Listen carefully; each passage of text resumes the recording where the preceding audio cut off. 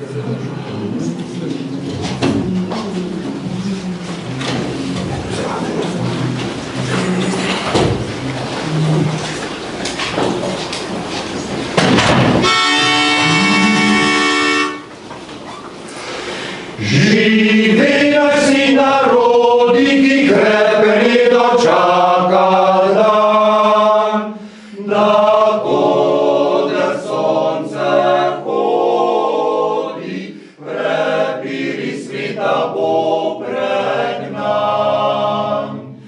Da rojak rozbol vsak ne vratle sosed bo meja. Da rojak rozbol vsak ne vratle sosed bo, ne vratle sosed bo meja.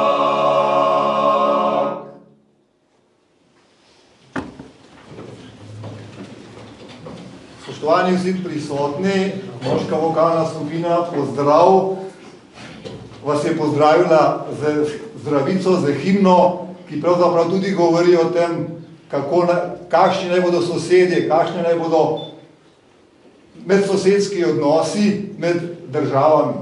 In ravno o teh mejah in o teh odnosih je napisal naš sopevec Branko Celar v tej knjigi, ki jo bomo danes predstavili.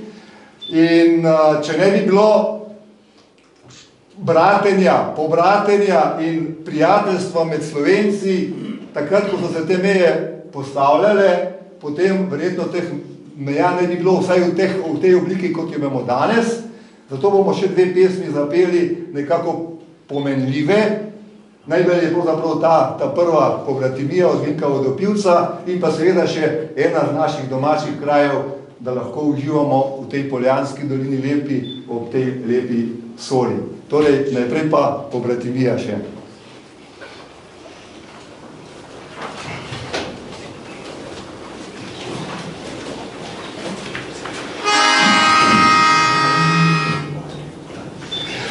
Naj čuje zemlja in nebo, kar dan s pobratimi pojo.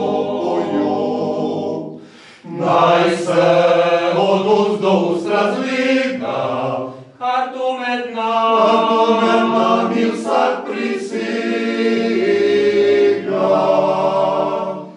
Da se zvisto kakor zdaj, ostalo bo nebom Nikolaj.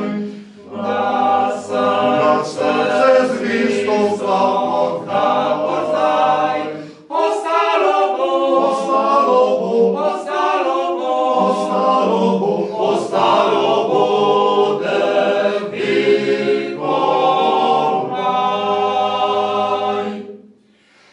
in ko nočitve pride čas, na razna pota žene nas.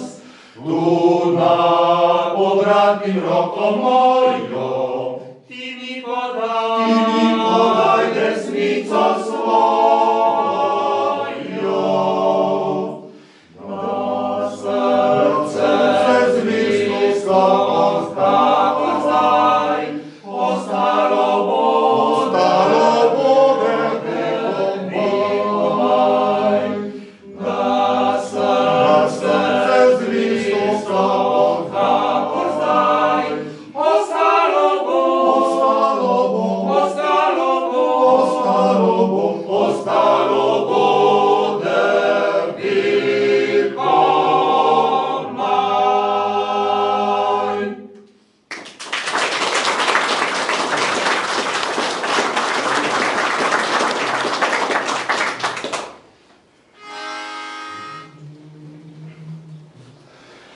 Že zarja se junjo notranja mari prebuja, vrsti in skrivnosten tvoj tek je voda.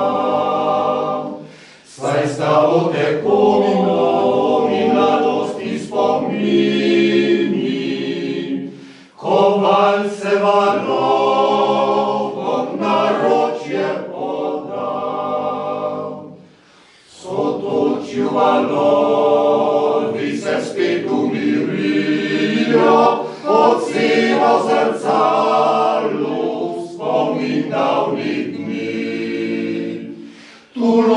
je biskal v prijazni dolini in sanjal prelistih poletnih noči.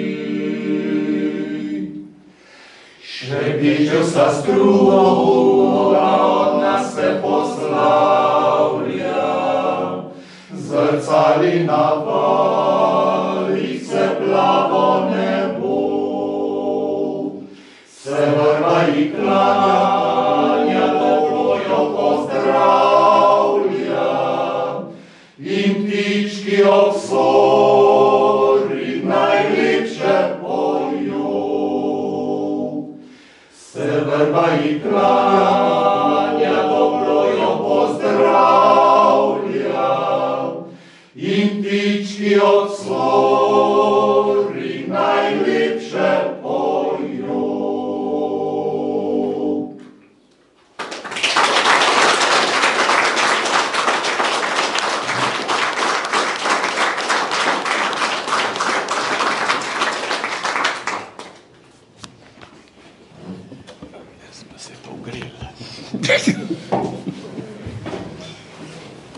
Ja, prav lep pozdrav vsem zbranim in najprej zahvala moškemu pevski skupini Pozdrav za ta res prijeten uvod v današnji dogodek in hkrati pozdrav v imenu Zveze policijskih veteranskih društev Sever. Kot veste, smo v letošnjem letu še posebej učinkoviti in ustvarjalni in delovni. Danes je to že četrta knjiga, ki predstavljamo v zadnjem tednu. Pred nekaj dnevi smo v prostorih bodočih prostorih Muzeja Slovenske policije na Kotnikovi pripravili javno predstavitev 3 knjig.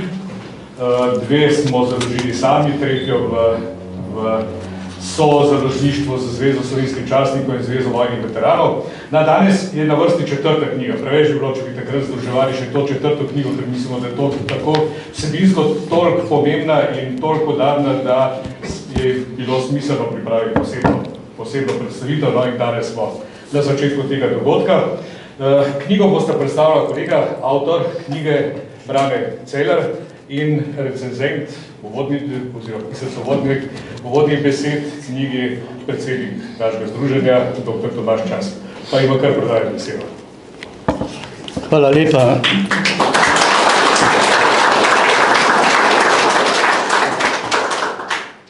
Hvala lepa za besedo. Jaz bi najprej upravičil zaslužno profesorico dr. Mirjam Škrk, ki se današnjega srečanja iz zdravstvenih razlogov ni mogla udeležiti, tako da bom poskušal to, kar bi ona povedala, seveda mogoče malo drugače.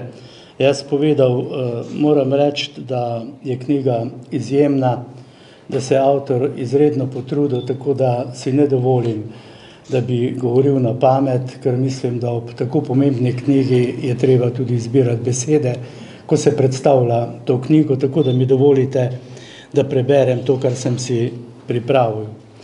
Knjiga prijatelja, bivšega sodelavca Branka Celarja, Slovenija in njene meje v 3 zgodovinskih obdobjih, je povezana z slovensko potjo, ki nas je pripeljala do samostojne, neodvisne in suverene Republike Slovenije.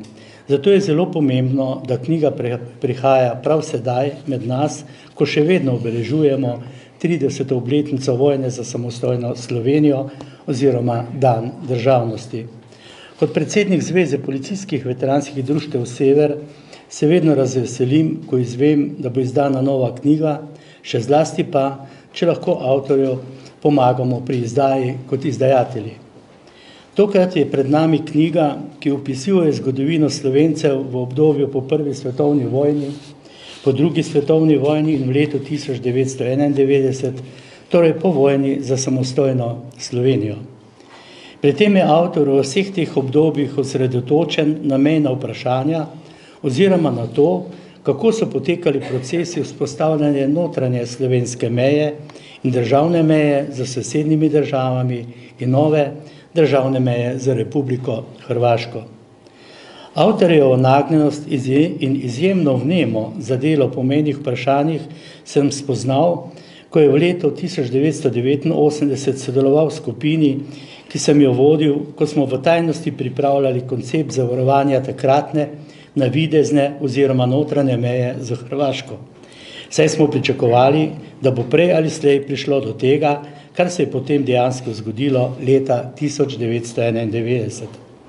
Sodeloval je tudi v uradno ustanovljeni delovni skupini, ki sem jo prav tako vodil, katera je v letu 1990 imenoval takratni republiški sekretar za notranje zadeve, saj je bil načelnik oddelka za mejne zadeve in tujce in je bil na ta način najbolj odgovoren za to področje dela v vodstvu slovenske milice.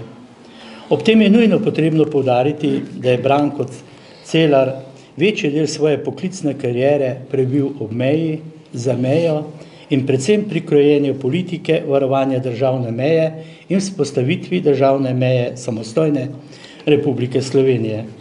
Njegova neprecenljiva vloga je bila tudi v času po vojni, ko se je vojna začela na Hrvaškem ter Bosni in Hercegovini, ko smo se v letu 1992 spopadali na tako imenovani zeleni meji s preko 70.000 vojnimi begunci.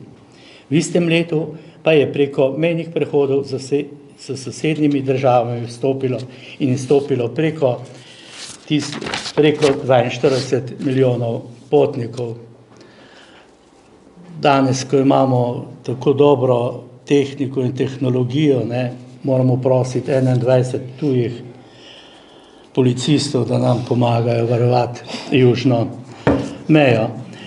Vojne razmere so bili na slovenski južni meji tako problematične, da bi verjetno današnji odločevalci takoj narekovali zaprtje južne meje, vendar se v vojnih časih leta 1991-1992 to ni zgodilo.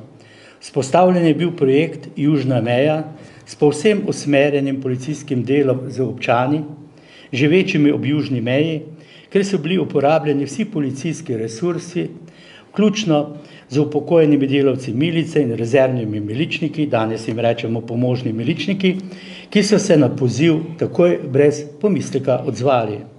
Občanom, živečim ob južni meji, je bilo tudi omogočeno napeljati nove telefonske linije, da so z milico lahko sodelovali v zvezi z vsem varnostno relevantnih podatkih za varnost obmejnega območja Slovenije, ki je mejilo na podaljšano vojno stanje v sosednji Hrvaški in Bosni in Hercegovini.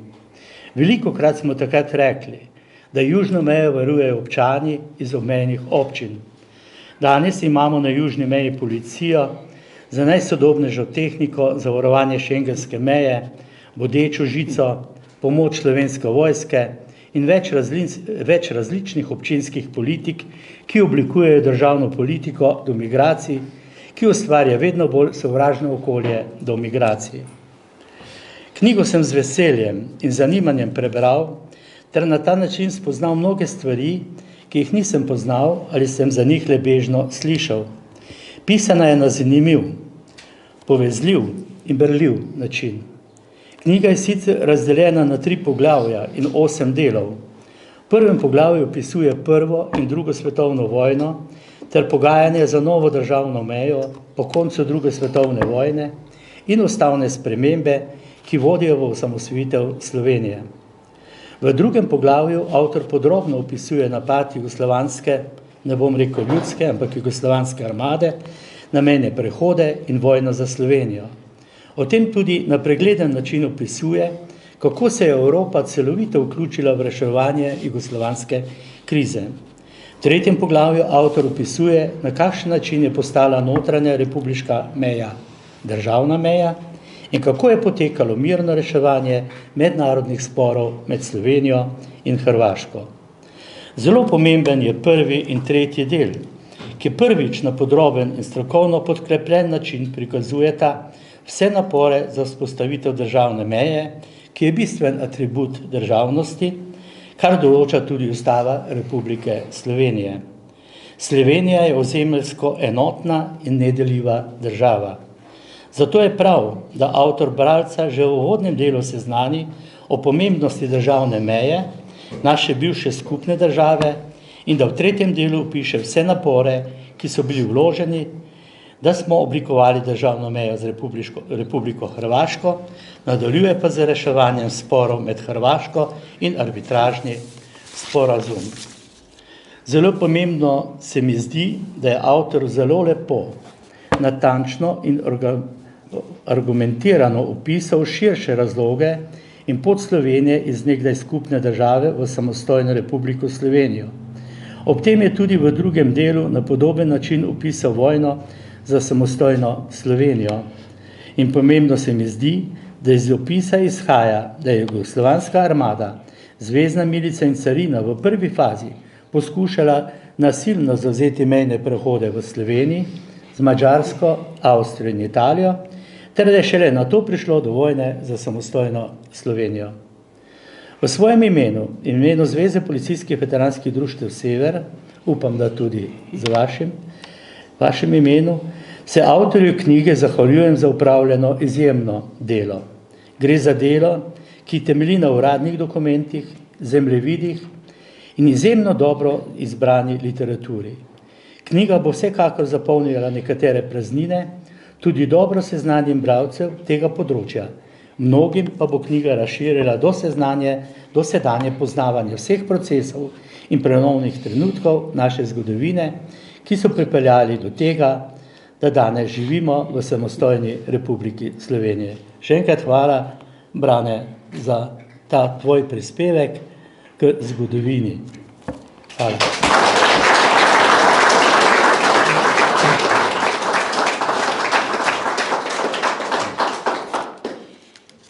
Hvala dr. Času za ta prijeten uvod. Toliko dobrega je povedal, da sem parkrat pogledal takole v zrak, da vidim, če je dosti visok strop, če bi slučajno zdaj vstal takoj po tem tvojem govoru, ampak vidim, da bo to še zdržal. Zdaj mi dovolite, da jaz kot avtor knjige pozdravljam vse prisotne in se jim zahvaljujem, da so prišli na moje povabilo v to prijetno Poljansko dolino in na to prijetno kulturno mesto, kjer se boste lahko ogledali tudi nekaj naših slikarjev, ki jim Poljanska dolina daje tudi inspiracije za tako dobro ustvarjanje, kot je predstavljeno tudi v tej galeriji. Še enkrat bi rad upravičil mojo glavno, da rečem, voditeljico pri tej knjigi, zaslužno profesorstvo dr. Mirjam Škrk, ki je včeraj prišla z morja in res doživela sončni udar, ali kako se temu reče, in je mogla obležati v postelji. Pozdravljam tudi vse predstavnike medijev, ki bodo o današnjem dnevu lahko marsikaj napisali, marsikaj posneli, da bo to ostalo nekako v spominu tudi tistim, ki danes niso mogli priti in niso mogli biti z nami. Dovolite, da se posebno zahvalim in pozdravim mojemu, da rečem, tehničnemu osebju. Tukaj mislim za lektorico, ki jo vidim tamle v drugi vrsti, potem vsem mojim kartografom, ki so pripomogli, da ima ta knjiga zemljevide, ki so 100% točni, tudi po datumih in tudi po dejanjih. Seveda tudi mojim urejevalcem besedila, ki so ga mogli v dolge večerne ure, včasih pa tudi do zjutraj, preobračati tako, da je danes v bistvu v vsebini knjige, tudi oblikovalcem moje monografije. Zahvaljujem se tudi moji ženi, ki ne vem, ki je zdaj, ki je mogla te 3 leta pa pol v bistvu korigirati svoj prosti čas in se prilagajati meni. In seveda tudi vsem mojim sorodnikom, krvnim in nekrvnim, ki bodo tudi danes poskrbeli, ko bomo mi tole končali, da lahko probamo kakšno poljansko špecialiteto. Posebno se zahvaljujem dr. Času kot predsedniku Zveze policijskih veteranskih organizacij in našemu sekretarju Pozve Tonetu, ki sta me sprejemala od najhujših trenutkih, še takrat, ko nismo vedeli, kako bomo finančno pokrili to zadevo. Seveda, zahvaljujem se tudi, da rečem, ne moji, ampak naši pevski skupini Pozdrav, s katero smo že prepotovali tudi dobršen del našega sosedstva, nekaj tudi Evrope in dejansko to prelepo slovensko pesem večkrat ponesli tudi med naše ne samo zdomce, ampak tudi tiste, ki so si življenje uredili v tujini. Zahvaljujem se tudi županu občine Gorenja vas - Poljane Milanu Čadežu za podporo, ki mu je nudil pri nastanku te knjige. In Milan, glede na to, da smo na tvojem območju, v tvoji občini, ti tu zdaj dam besedo. Lep pozdrav, spoštovani vse prisotne in pa prisotni tudi v mojem imenu in pa v imenu občine Gorenja vas - Poljane, ki smo v začetku na vhodu spregovorili par besed z mojim kolegom Branetom, nisem policist, ampak midva sva kolega na področju sklepanja zakonskih zvez, še kar nekaj cajta. Če želim kaj povedati, z veseljem, zaradi tega, ker je zelo pomembno, da ob 30-letnici naše države nastala nova knjiga, ki ima korenine v Gorenji vasi, in tu je izreden prispevek in tudi občina Gorenja vas - Poljane je odkupila nekaj izvodov, zaradi tega, ker so velikokrat pomembne priložnosti in zanesljivo je taka knjiga in pa knjiga kot taka daleč najlepše darilo, ki pa ostane tudi za generacije naprej. Knjiga gre od letnice 1914 pa do danes in Slovenija je v teh dobrih 100 letih doživela kot ozemlje res izredno veliko. In je tudi pravilno, da se to obeleži, da smo pa veliko doživeli, pa tudi kaže tudi zajetnost in tudi zajetna debelina te knjige. Predvsem sem pa sprejel izziv nagovora zaradi tega, ker želim, spoštovani Brane, ti čestitati, da si se lotil knjige, zraven tvoja žena Tončka, zanesljivo, ker to je zmeri duet, ker sam človek kot tak ne more, da ti čestitam, da je knjiga ugledala luč sveta in se pa zahvalim za knjigo, ker je spet knjiga tista, ki je nekaj trdnega in pa ki ostane tudi za vedno. Še enkrat hvala lepa, pa prepričan sem, da bo tudi predstavitev uspešna in pa da boš povedal čim več knjig. Hvala lepa.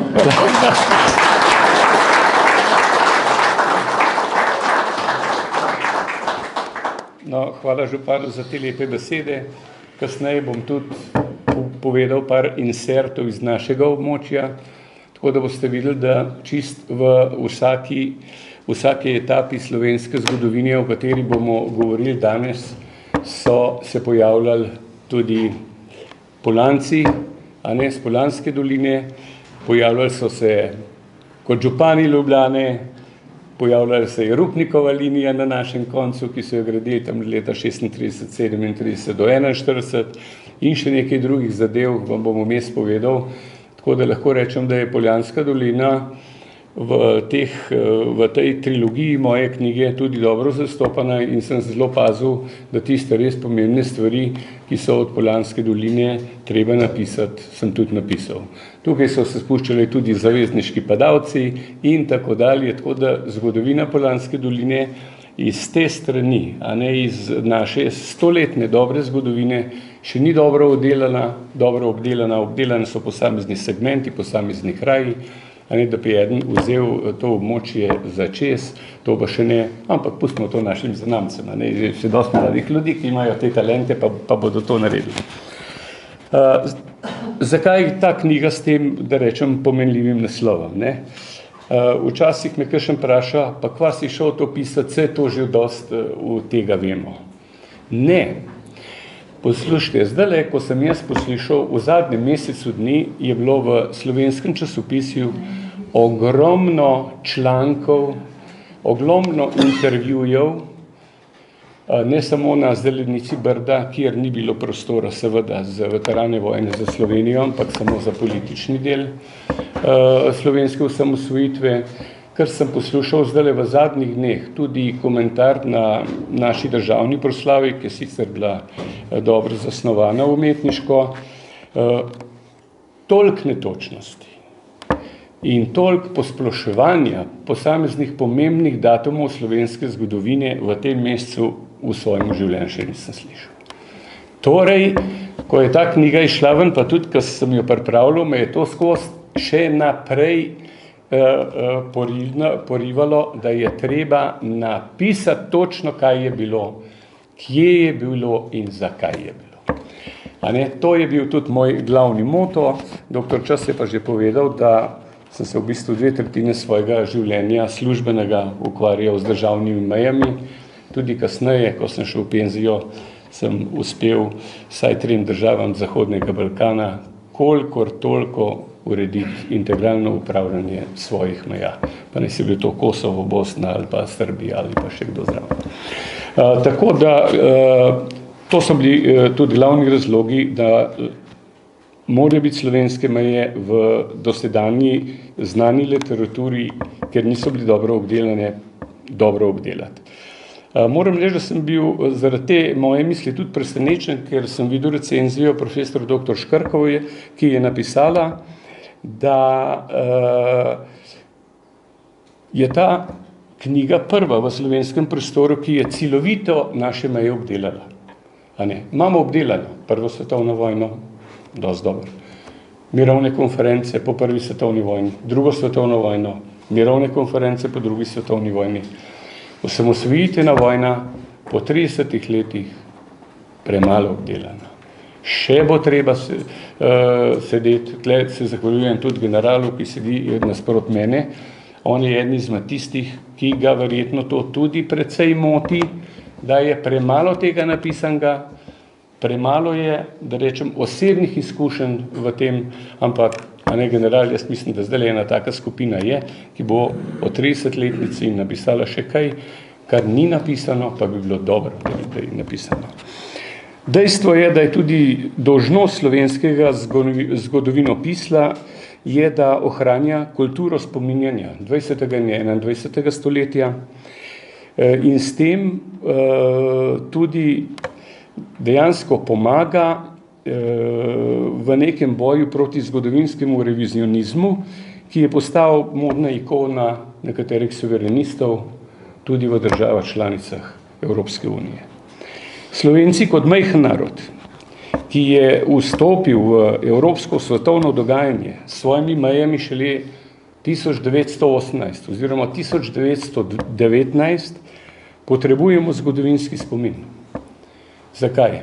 Zato, zaradi ohranitve svoje evropske identitete, zaradi ohranitve svojega jezika in narodne zavesti. In naša zgodovina ne sme biti omejena samo na zadnjih 30 let. Ni pravično do Slovencev, ni pravično do naše države. Zadnjih 30 let smo naredili izredno velik korak in upam, da se bomo za 40 let, saj tako vsi upamo, še bolj veselili 40-letnice naše države. Lahko povem tudi na začetku, da vzpostavitev državne meje je za vsak narod izredno velik dogodek. Večji, kot si ga znamo predstavljati. Gre za velik zgodovinski, politični, vojaški, varnostni, diplomatski, pravni in nenazadnje velik emocionalni dogodek. Veterani vojne za Slovenijo in vsi tisti državljani, ki so tako ali drugače sodelovali v vojni za Slovenijo, veste, da je to težek emocionalni dogodek, ki ga nekateri tudi ne prenesejo. Eni ga zlorabljajo, drugi ga pomilujejo, tretji ga dvigajo v vešave. Veliko vas je tukaj tudi v tem prostoru, s katerimi smo v letu 87 in naprej stopili v proces osamosvojitve Slovenije. Tukaj je šef specialne enote, ki je bil svojo enoto takrat, ko so hoteli srbski in črnogorski mitingaši prijeti v Slovenijo, zaprl v bistvu takrat republiško slovensko-hrvaško mejo. Takrat smo imeli, nismo imeli še nove države, smo pa imeli svojega ministra, odgovornega slovenski vladi in slovensko policijo, ki je bila edina oborožena sila, legalna oborožena sila, ki je lahko 89. leta to naredila. Noben drug ni mogel tega narediti. Lahko smo pričakovali sam kontraudar, nič drugega. Tako da o akciji Sever še kasneje kakšno besedo več. Nekateri sicer danes pravijo, ja, to ni bilo drugega v akciji Sever kot samo to, da smo varovali javni red in mir. Mi smo imeli ušesa pa oči tudi. Kaj se je predtem dogajalo v Vojvodini, ko so prišli mitingaši, zamenjali so kompletno politično vodstvo. Kaj se je zgodilo v Črni Gori, ko so oni prišli, kompletno politično vodstvo. Kaj se je zgodilo na Kosovu, ko so oni prišli, kompletno politično vodstvo. In sreča, da smo mi takrat pravočasno vedeli, zakaj se tukaj gre. Kot veste, smo mi 27. septembra sprejeli vse ustavne amandmaje nove slovenske ustave. Tista, ki se je spremenila od leta 87. In ker nas niso mogli pokoriti, Jugoslovanska ljudska armada je hotela že v Sloveniji državni udar narediti. Leta 88 so se v njunem svetu njihovo to dogovorili, da je treba Slovenijo pokoriti. 88.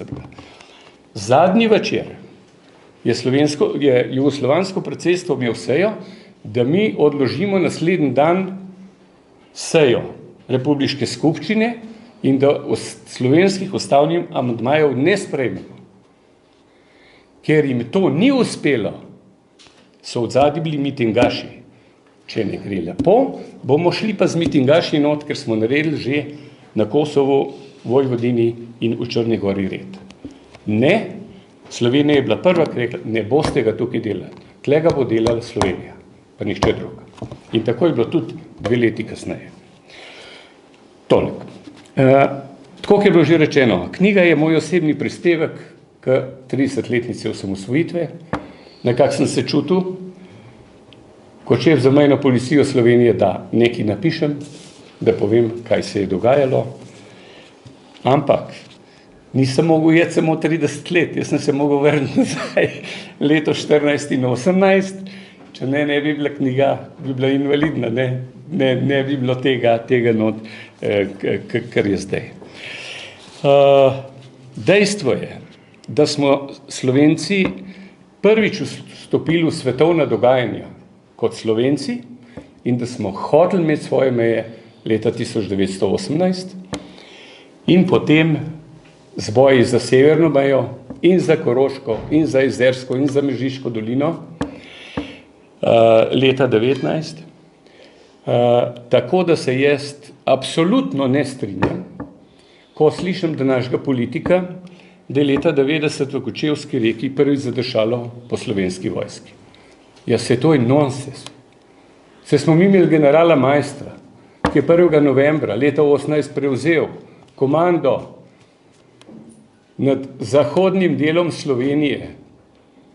Če ga ne bi imeli, njega, Malgaja, Udeta, Šefmana, pa še veliko takih naših borcev, ki so šli na Koroško, na Štajersko in izgubljali življenja.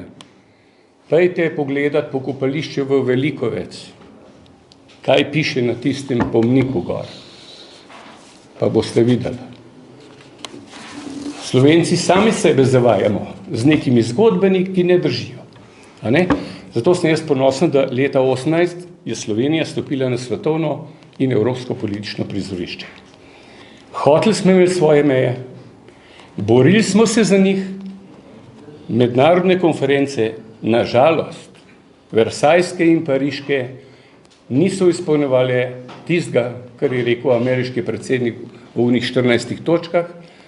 da bo po razpadu teh velikih imperijev, kot je bila Avstro-Ogrska, a ne Turško cesarstvo, Rusko cesarstvo, da bojo pomagali malim narodom in da bojo imeli pravico do samoodločbe.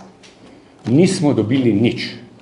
Po prvi svetovni vojni smo samo izgubili Primorsko, Koroško s plebiscitom, a ne? Pa spet se vrnem nazaj na generala Maistra. Če bi ljubljanska vlada leta 18 poslušala generala Maistra, da dajmo z vojnimi operacijami rešiti Koroško in se je dogovoril z vlado v Celovcu, da južni del Drave je slovenski in so oni na to pristali. Ljubljanska vlada, takratna, je rekla, ne to delati, pustimo mirovnim konferencam, vse so nam Američani obljubili, da boste dobili tisto, kar želite. No? Tako je bilo po prvi svetovni vojni. Kar se tiče druge svetovne vojne, bomo rekli tako.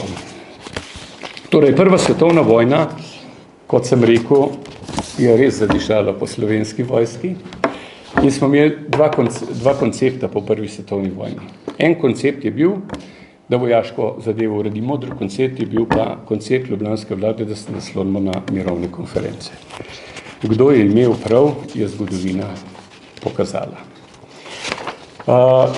Ne bom, da rečem, pozabil generala Maistra samo zaradi tega, ker je bil on prvi človek, ki se je usedel in napisal elaborat o slovenskih mejah.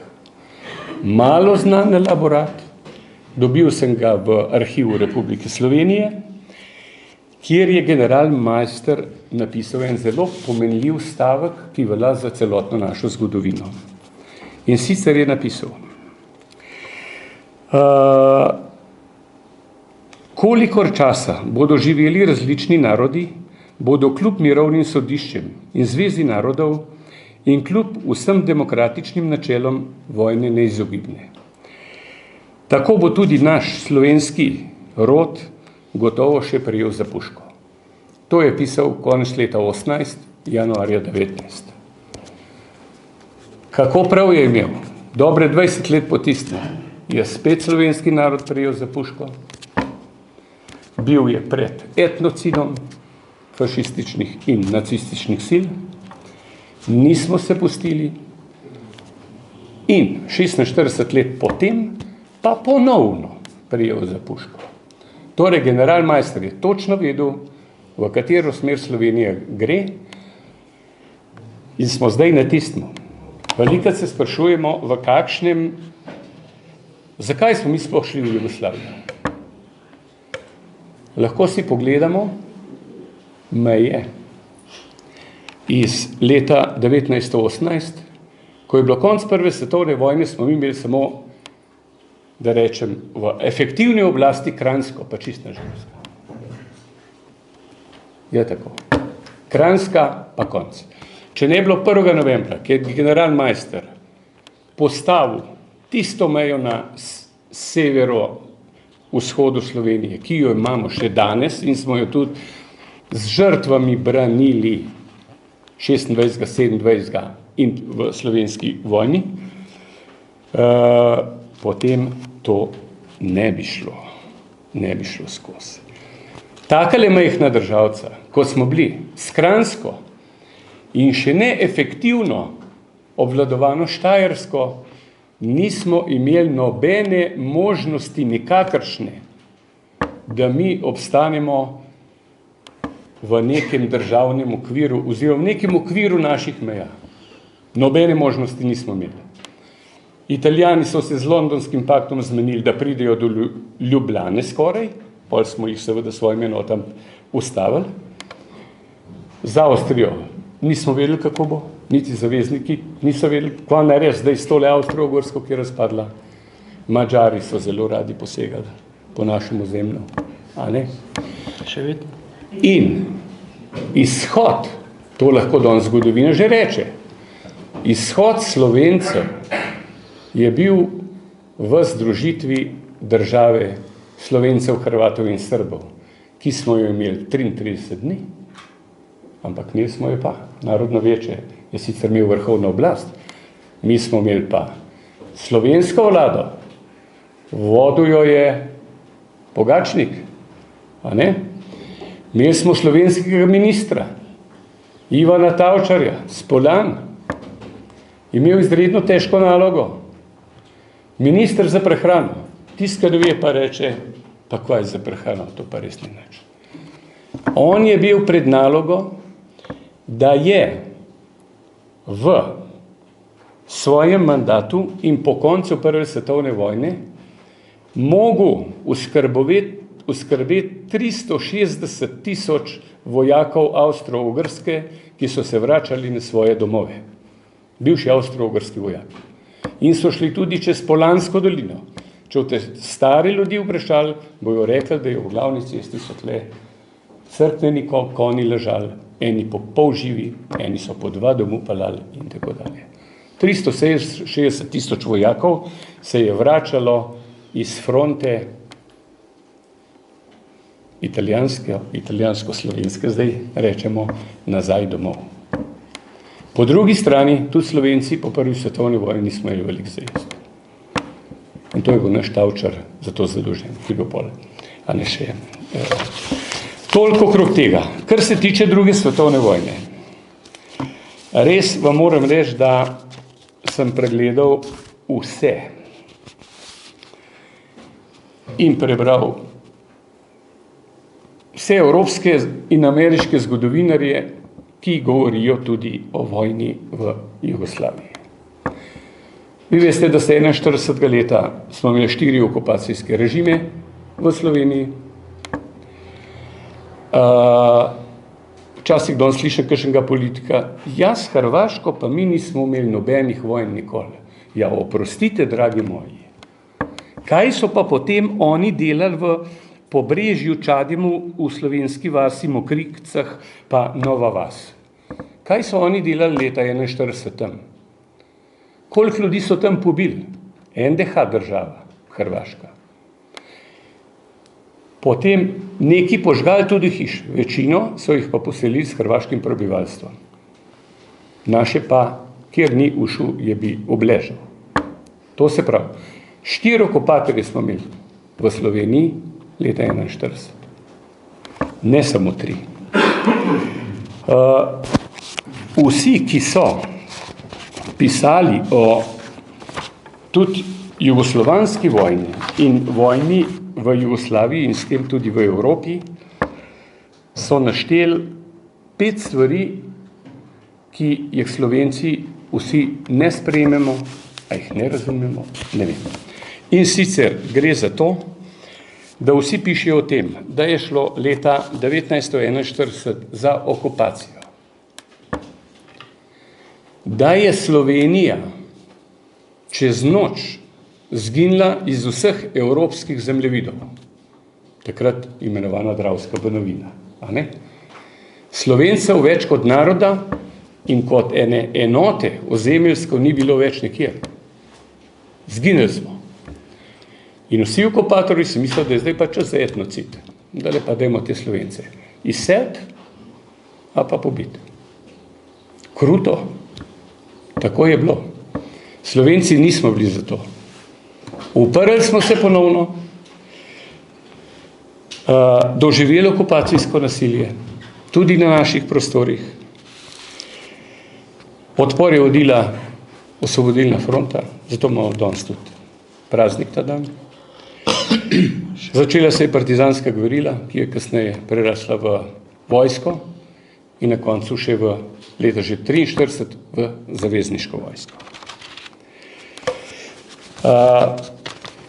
Resnica je tudi ta, da so se na Jaltski konferenci, bom samo 3 konference omenil, Teheranska konferenca novembra, decembra 43, so se zmenile vse velesile, da podpirajo samo jugoslovansko partizansko vojsko. Nobene druge, samo te. In takrat so začeli tudi misije šibati, a ne, v Jugoslavijo in tudi sem, ene so na Žirovskem vrhu tudi pristale. Na Moskovski konferenci, ki je bila v oktobra 1944, so se zmenili za bipolarno delitev Evrope. Ne? in tudi sveta. In tudi Jugoslavije, 50-50. Angleži do Zagreba, Rusi z une strani gor. Ne, to ni šlo skozi. Na Jalti je bila pa tudi dogovorjeno leta februarja 1945, da mora Jugoslavija postaviti enotno vlado, Šubašiča in Tita, in da se vse kolaborante v Evropi, ne glede kakšni so, narodnosti vrne v matične države. Zaradi tega imamo mi danes še preobračanje, spreobračanje in obračanje nazaj naše zgodovine in jo verjetno bomo še nekaj časa imeli. To je sklep Jaltske konference iz februarja 1944. Dobro, leta 1945 smo iz 27 let monarhije jugoslovanske, kraljevine Jugoslavije, prišli na republiško obliko vladovine. Slovenci smo imeli takrat že svojo državnost. Imeli smo svojo republiko, vedeli smo, kje so meje republike, 3 so bile sosedi, ena je bila pa republiška meja s Hrvaško. Imeli smo svoj parlament, imeli smo svojo vlado, svoje ministre in imeli smo tudi svojo ustavo, v kateri je lepo pisalo, da imamo pravico do samoodločbe in tudi do odcepitve. In potem od leta 87 naprej, posebno pa pred sprejetjem slovenskih ustavnih amandmajev, je Slovenija pokazala svojo trdnost, ker takega pritiska predsedstva Jugoslavije, Zveze komunistov Jugoslavije in Jugoslovanske ljudske armade Slovenci nismo doživeli od leta 1945.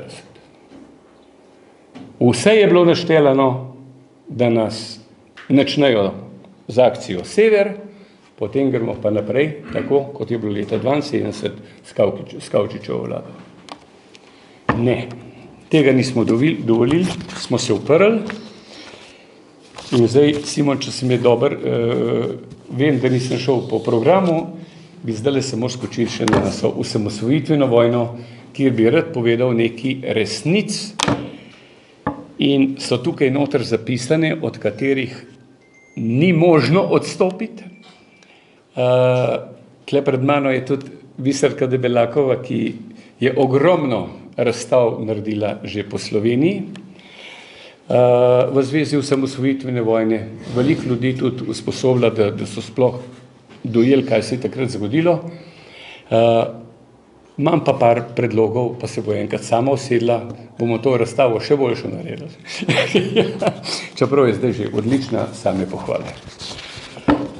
Kot veste, je 25. junija 1991 Slovenska skupščina sprejela temeljno ustavno listino, deklaracijo o neodvisnosti in ustavni zakon o Republiki Sloveniji. 25.6. smo se mi prvič v svoji zgodovini odklopili od skupne države, ki smo jo imeli najprej 26 let, pa pol 46 let. Slovenija je 25.6. postala samostojna. Glede na to, da sem jaz šef mejne policije, vam povem to, kar se velikokrat pozablja. Ta dan, 25.6.91, ob 20. uri je slovenska policija zasedla 8 mejnih kontrolnih točk na meji z Republiko Hrvaško. In težko slišim, zdajle v tem času praznovanja, vsak ima neki v glav, kdaj se je prvič zastava gor dvignila. Vam bom jaz povedal, kdaj se je prvič dvignila. Torej, mi smo imeli naročeno od našega ministra, da gremo takoj na mejo s Hrvaško. Pa teritorialna obramba. Pustimo, kdaj dobil. Mi smo bili ob 8. zvečer na 8 mejnih prehodih oborožen.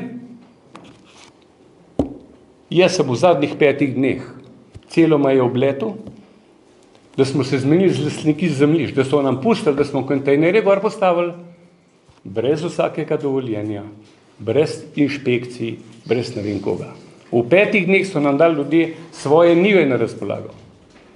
Postavili smo drogove, tam, kjer smo lahko asfaltirali, smo zasfaltirali in mi ob 8 zvečer z avtomati tam. Fac. 25.6.91. Vprašajte kakšnega novinarja, če to ve. Ne bo vedel. Ker če bi vedel, bi že povedal letos, ki je bilo možno. 26.6. Zjutraj. Jaz sem prišel v službo nekaj čez 5. Od ministra Bavčarja sem zadolžen. 6:00, vse jugoslovanske zastave dol, po vseh mejah, ker jih imamo, na Hrvaških nismo imeli, smo sam našo gol potegnili, vse jugoslovanske zastave dol, vse table SFRJ ven zmetati, če ne moramo ven zmetati, prekriti, kulturno, jugoslovanske snet dol in slovenske gore. Te zastave smo vse tajno prepeljali, na tajne naslove smo napisali Pošta Koper ali pa Luka Koper in smo prej te zastave. Se veste, da smo mi 2 dni prej nismo jeli, kakšno zastavo bomo sploh imeli. Kaj je bila to brzina in presija na nas. Ampak to je policija naredila skupaj s pošto na tajne lokacije, potem smo pa šli 26.6. ob 6. zjutraj. Ob 7. so že šklocali iz mejnih vojaških enot z avtomati. Kva mi delamo tle na meji? Ponovni upor. Mi smo na svoji zemlji in lahko delamo, kar hočemo. Od 25.6.91. Takrat se je pa začelo. Okrog 11. zjutraj, to general mogoče bolj točno vedel, tanki ven iz pivške vojašnice. Cela enota ven. Na ceste. Ljudje po cestah. Svojimi avtomobili, kjer niso mogli, so ležali po cestah. Naši državljani. Svoje stroje, rovokopače, vse je bilo na cesti. Po nikamor niso mogli spivke. Malo so se vozili okrog, 2krat so zgubili živce, vodivači streljali z avtomatom v vrh polju, ne? Tudi z avtomatom, da so prebili tiste blokade, ker jim je čist šlo. Ob 19. uri zvečer, 26.6. ponovno, spet poudarjam, smo imeli zasedene 3 mejne prehode. S tanki in s 200, koliko je bilo vojakov, so prišli na mejni prehod Kozina, Lipica in Fernetiči. 26.6. ob 19. uri zasedeno. Mi pa proslavo v Ljubljani. Naše zastave so že vihrale na nekaterih mejnih prehodih, na drugih so je prišlo do takih zaostritev, da smo bili tik pred zdajci, da se užgemo že 26. Med 25. in 26. po noči se je sestal Zvezni izvršni svet s komando JLA, komando Zveznega sekretariata za notranje zadeve in Zvezne carinske uprave in so skuhali 2 odloka, ki sta začela veljati 27. zjutraj, v polnoči, podreti vse mejne prehode na meji s Hrvaško, pozvati policijo, da se umakne, če se ne umakne, se ve, likvidirati in skočiti na 35 mejnih prehodov na meji z Avstrijo, Italijo in Madžarsko, zasest mejne prehode, policijo pozvati, da skupaj zasest mejne prehode, helikopterje v zrak z enotami zvezne milice, vse oborožene spustiti na mejne prehode. Zvezna carina je že nekaj dni prej prišla v Slovenijo, pa je spala po kasarnah in je bolj se vključila v tem, da zvezne enote prevzamejo Slovenijo, najprej mejne prehode, potem se pa ve, kaj se naprej naredi, ki je enkrat država zaprta. Ne, nismo dovolili tega. Fajta smo se začeli, 10:01 zjutraj je že prvi tank preletel pri Metliki not. Frontalni napad 27. zjutraj, 1 pa 10, nekaj čez 2 pa z Vrhnike ven, pa z Murske Sobote, z kasarn ven in tako dalje. In mi smo bili 27. v totalni vojni. Zaradi tega jaz trdim in tudi sem napisal, pa bom še zmeraj govoril, vojna za Slovenijo se je začela 26.6. Če se tank pele čez moj dvorišče in mi povozi moj avto ali pa policijski sred Divače, ne mi reči, da se je 27. vojna začela, oprostiti. In to bomo mogli enkrat lepo služiti en na drugo. Glejte, vojno smo dobili, je tako, ja imamo 2 generala, lahko to potrta. Vojno smo dobili, imeli smo veliko žrtev. Slovenska vojna, samo takole za proti koncu še povem, ker malokrat to slišim, ampak bom zdaj povedal, pa zapisal sem tudi. Slovensko vojno so dobili slovenska politika in diplomacija, dobili tista slovenska ministrstva, ki so pripravila kompletno zakonodajo novo. Jaz osebno sem pripravil zakon o nadzoru državne meje, pa nekaj zakon o tujcih. Prvi zakon v Sloveniji bil zakon o nadzoru državne meje na meji v Sloveniji, od leta 18 naprej. Skozi so bili jugoslovanski, 25.6. bil pa naš. Ne? In teh 9 osamosvojitvenih zakonov, tudi o Banki Slovenije in tako naprej, je v bistvu Slovenijo postavilo na zemljevid kot svojo državo, evropsko državo. To se pravi, politika pa diplomacija, ministrstva so zakonodajno osamosvojitev pripravila, potem je bilo pa to premalo, a ne?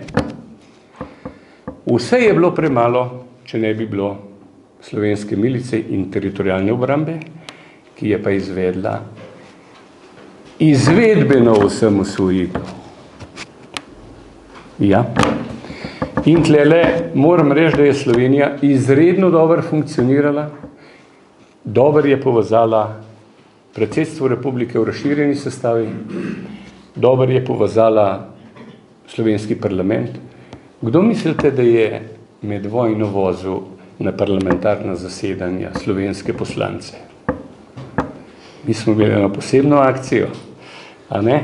Ti to poznaš. Po noč smo jih budili, da so bili vsi zjutraj v parlamentu. Noben ni vedel. Ne jela, ne tista milica, ki ni smela vedeti, da so oni v avtomobilih in tako dalje. Vsi smo jih že tudi prej na tisto zasedanje 25.6., ker mi smo uradno razglasili, da smo 26. osamosvojili. Ne? To verjetno zdaj novinarji gledajo, ja, 26. Ja, po 27. se je pa vojna začela. Ne, 25. No, tako da izvedbena osamosvojitev, slovenska teritorialna obramba in slovenska milica, zato jaz prej ne bom miren, niti ne bom nehal o tem govoriti, da se bo na zelenici na Brdu pojavil tudi kakšen visoki policist, pa en policist, ki je bil na cest takrat, pa en visok vojaški predstavnik, pa tudi kakšen iz teritorialne obrambe. Na prelepi zelenici na Brdu. Na koncu bi rad samo še povedal par besed, kaj je bilo po vojni. Vi veste, da smo mi po vojni zelo dobro funkcionirali, da smo mi šli na Brione, da sta 2 sestanka popolnoma propadla, da se vojna konča v Sloveniji. Noben se ni držal premirja. Bilo je noro tiste 10 dni. Tudi mi smo bili velikrat zbegani, ampak vedeli smo se z te zbeganosti ven zvlekli. Po vojni smo šli na Brione, naša delegacija. Ko so prišli nazaj v Ljubljano, so nekateri danes vidni osamosvojitveni politiki rekli, da gre za izdajo Slovenije, ko smo podpisali Brionski sporazum. Šlo je pa v bistvu za prekinitev vojne, 3-mesečni moratorij, da smo vsaj toliko vse prišli, da smo državo do konca toliko postavili, da je bilo takoj potem v januarju priznanje Slovenije, pa pol v maju sprejem po OZN. nam je še ostala ena zgodovinska dolžnost. Nismo imeli zakoličene in jasne meje z Republiko Hrvaško. Pogajali smo se dolgo časa. Jaz sam sem vodil 6 let slovensko delegacijo pri teh pogajanjih s Hrvati. Navte verjeli, v 6 mesecih smo se zmenili za 90% kopne meje med Slovenijo in Hrvaško. Vmes je pa bilo tudi nekaj črnih lis in sicer nismo se mogli dogovoriti za Dragonjo, pa tistih 114 hektarov, mu pa je rozdali še eno cvetko iz tega. Nihče v Sloveniji ni vedel, da je slovenski izvršni svet in hrvaški izvršni svet leta 1955, ko so se okraji menjali, podpisal s Hrvati sporazum, da je mejna reka Dragonja. Jaz sem mislil, da bom padel dol, ker sem to zagledal v arbitražni odločbi. Hrvati so jo prinesli v Hag in jo dali na mizo. V Sloveniji jo ni noben videl. Tako da Dragonjo niso zafurali ne Krdel, ne partizani, ne Franc Rozmastane, sami 55 leta. Dokumentirano. Gremo naprej. Nismo se mogli zmeniti za Tomšičevo parcelo pa Snežnik, to smo dobili nazaj. V Beli krajini nismo mogli meje določiti, tam so Draga pa Sekuliči, to veste, da je bilo včasih vojna krajina, da so ljudi naselili sem, da so Slovenijo dejansko branili. Nismo se mogli zmeniti za Trdinov vrh. Zanimivo rešitev je dala arbitražna razsodba za Trdinov vrh.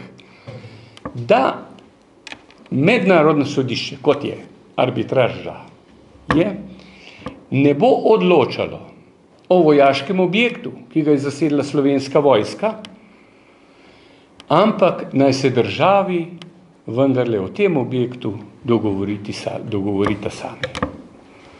Ja, tam je Hrvatov bilo skoraj konc. Mi smo še zmeraj gor, ali ne general, udnem. Smo še. 8 let nisem bil preko naših, veš. Ja, veš pa. V redu, potem se nismo mogli zmeniti za eno tromejno točko, pa na reki Muri, pa njenih rokavih, ker je Mura od leta 1911 menjala rokave, da nismo več vedeli, kje točni je meja, kje je Brezovec, kje je Morišče, kje je Hotiza, to smo bili skozi po televiziji. Še mi, da so se srečavala v parlamentu, ko so skozi Hotizo na odboru za mednarodne odnose vrteli, pa nikoli nismo do konca zvrteli, smo mogli iti na sodišče zaradi tega. No, kar se tiče Slovenskega morja, je bil največ problem. Mi imamo Slovensko morje, imamo notranje morske vode, to je 3/4 Piranskega zaliva, je naše. Aha, si mu dal gor, super. Potem imamo teritorijalno morje. Problem je pa s tem stikom, zdaj tole, ki je zeleno, kjer so Hrvati in Italijani razglasili izključne ekonomske cone v Jadranu in smo zgubili odprto morje. Kar takole v luft izletu. Ni ga več. Tako da mi zdaj izstopamo iz tega stika v Hrvaško izključno ekonomsko cono in tudi vstopamo iz Hrvaškega morja v slovensko cono. Samo še malo refleksije. Dogajanje prva, druga svetovna vojna in naša osamosvojitvena vojna se še danes preliva kot voda iz enega kozarca v druga. Če pogledamo italijansko mejo, na dan, ko je Pariška mirovna konferenca priznala, da je Primorska naša, imajo Italijani vsako leto dan spomina.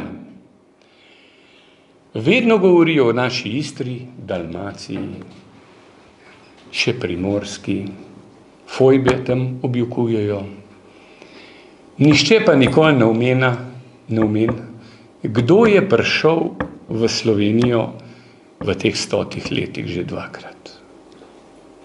So bili mogoče kakšni drugi Italijani na tem vesoljnem svetu? A so bili te isti? Torej, Tako kot sem na začetku rekel, tako majhna Slovenija samo s Kranjsko, pa Štajersko ne bi zdržala. Smo bili v 2 jugoslovanskih državah, ampak situacija je taka, da se vedno novi spomini vrtijo in pretiravajo v smeri, da še nekaj na italijansko-slovenski meji ni rešeno. Pa je z Osijemom vse rešeno. Kar se tiče Avstrije, ko je Avstro-Ogrska razpadla, niso vedeli, ko z Avstrijo narediti. Potem so ji dali 4 zavezniške sile, so jo zasedle in šele leta 1955 se je podpisala tako imenovana, mi jo razumemo, avstrijska državna pogodba, v resnici je to pogodba o Avstriji, da je Avstrija sploh eksistirala. Smo ratificirali. Ja. Mi jo nismo ratificirali. Leta 1991 pa bi jo mogli, moje stališče tle tudi jasno noter napisano, mi bi mogli to pogodbo podedvati. A ne? Slovenska politika do danes ni zmogla toliko moči, ko je Češka.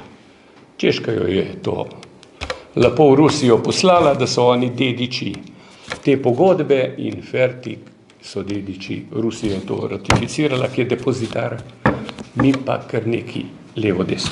Dobro, Madžarska. Lejte, na Madžarskem je tudi ostal del naše manjšine. Danes nisem o manjšinah govoril, ker bi potem prekoračil čas, za katerega smo se dogovorili 18:15. Da rečem, malo za razpravo. Ja, kolateralna škoda so naše manjšine. Samo okrog si poglejmo. Koliko Slovencev je ostalo zunaj naših meja? 2-krat smo zasedli Koroško, 2-krat smo mogli z Koroške jeti. Zaradi mednarodnih sil. Ampak mi smo zasedli svoje nacionalno ozemlje. Zavezniki pa niso bili na svojem nacionalnem ozemlju. Pa niti v Trstu, pa v Gorici ne. Mi smo pa bili na svojem nacionalnem ozemlju. In to bo ostala slovenska bolečina zavedno. Gorico so nam ne vzeli, ukradli. Za Trst v redu. Trst je bil glavnem velik Italijanov, okolica pa slovenska. Tle imamo človeka, ki je bil v Trstu kot mlad partizan in se je zavezniki vozil v džipu po Trstu. Bo lahko še pol zunij v B programu, ki je okrog tega povedal, kako se je tam spremljal. No, kar se tiče Madžarske, lejte, oni imajo zdaj en velik spomenik sred Budimpešte, kjer so vsi naši kraji iz Prekmurja gor napisani.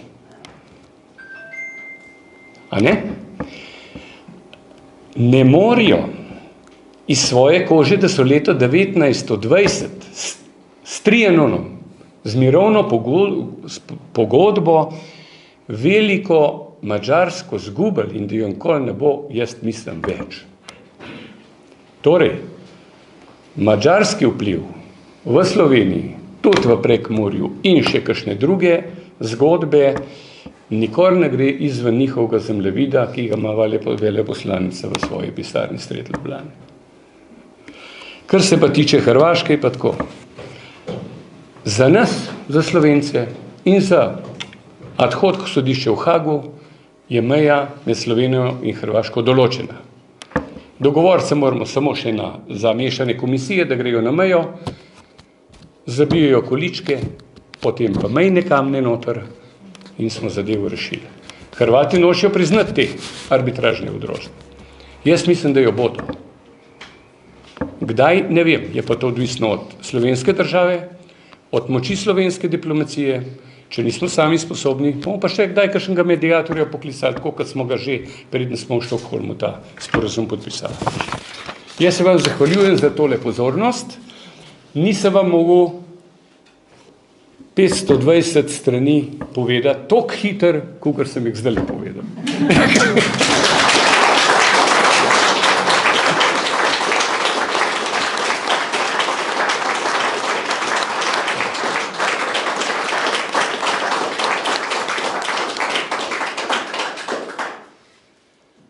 Ja, zdaj nekaj časa je še po vsej verjetnosti ostalo, tako da če bi kdo malo pokomentiral, postavil kako vprašanje eventuelno.